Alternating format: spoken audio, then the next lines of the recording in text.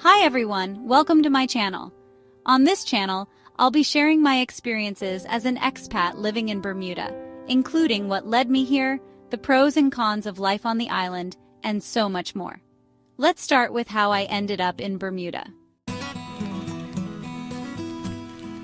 My spouse was offered a job in Bermuda, and after a lengthy discussion, we decided that the experience could be beneficial for both of us. Since we don't have any children, we had the freedom to take advantage of this opportunity. The work permit process took about 3 months, and before we knew it, we were packing up our lives to move to this tiny fishhook-shaped island in the middle of the North Atlantic Ocean. Bermuda is about 600 miles east of the U.S. mainland, specifically North Carolina. While many assume it's in the Caribbean, Bermuda is actually 900 miles north of it. This geographical fact helps explain the weather here, which I'll touch on later in this video. My decision to leave my life behind stemmed from a desire for change. I had been working in a fast-paced, demanding job that was taking a toll on my physical and mental health. I felt that moving to another country wouldn't necessarily be a fresh start, but more of a break. An opportunity to reassess my life and figure out my next steps.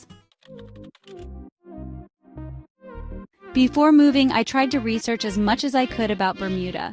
I watched YouTube videos, Googled endlessly, and came up with a plan and a backup plan. However, in hindsight, no amount of research could have fully prepared me for the reality of living here. Meeting people and understanding the culture firsthand has taught me that I could have done even more preparation. Bermuda is, without a doubt, one of the most beautiful places I've ever been. Covering just 21 square miles, it's a cluster of 126 islands, with 6 main ones interconnected. There's so much to see and do, and the locals are incredibly friendly.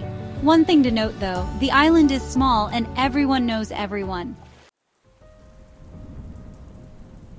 One of the biggest surprises for me was the weather.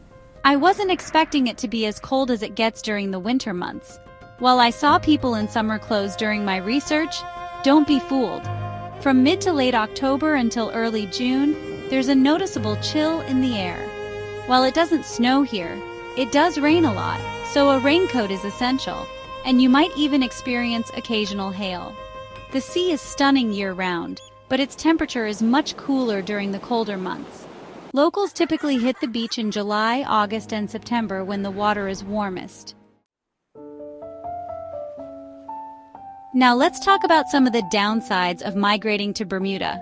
Work permits. Do not move here without a job offer. The job market is designed to protect Bermudians, which makes sense. If your spouse has a job here and you join them on their work permit, you'll still need a separate job offer and work permit to be employed. This includes self-employment, and I'll cover more about this in another video. Transportation. If you're used to driving a car, prepare to adjust. Unless you acquire a new driver's license, your options are buses, taxis, scooters, or a Twizy, a small electric car. I'll dive deeper into this topic in another video. Housing costs. Rent is expensive, and unless you're wealthy, your best bet might be sharing with a roommate. Finding a property under $2,000 per month is rare.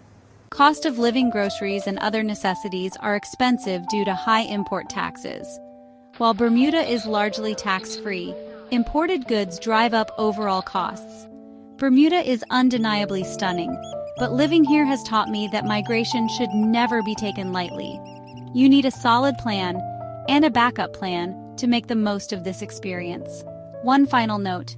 Bermuda is a temporary destination for most expats. There's no path to citizenship unless you marry a Bermudian or have Bermudian parents. Even if you work here until retirement, you'll eventually have to return to your home country. Thank you for watching. I hope you found this video useful and informative. If you're considering moving to Bermuda, I hope this helps you make the best decision for your situation. Stay tuned for more insights into expat life here. Until next time, take care.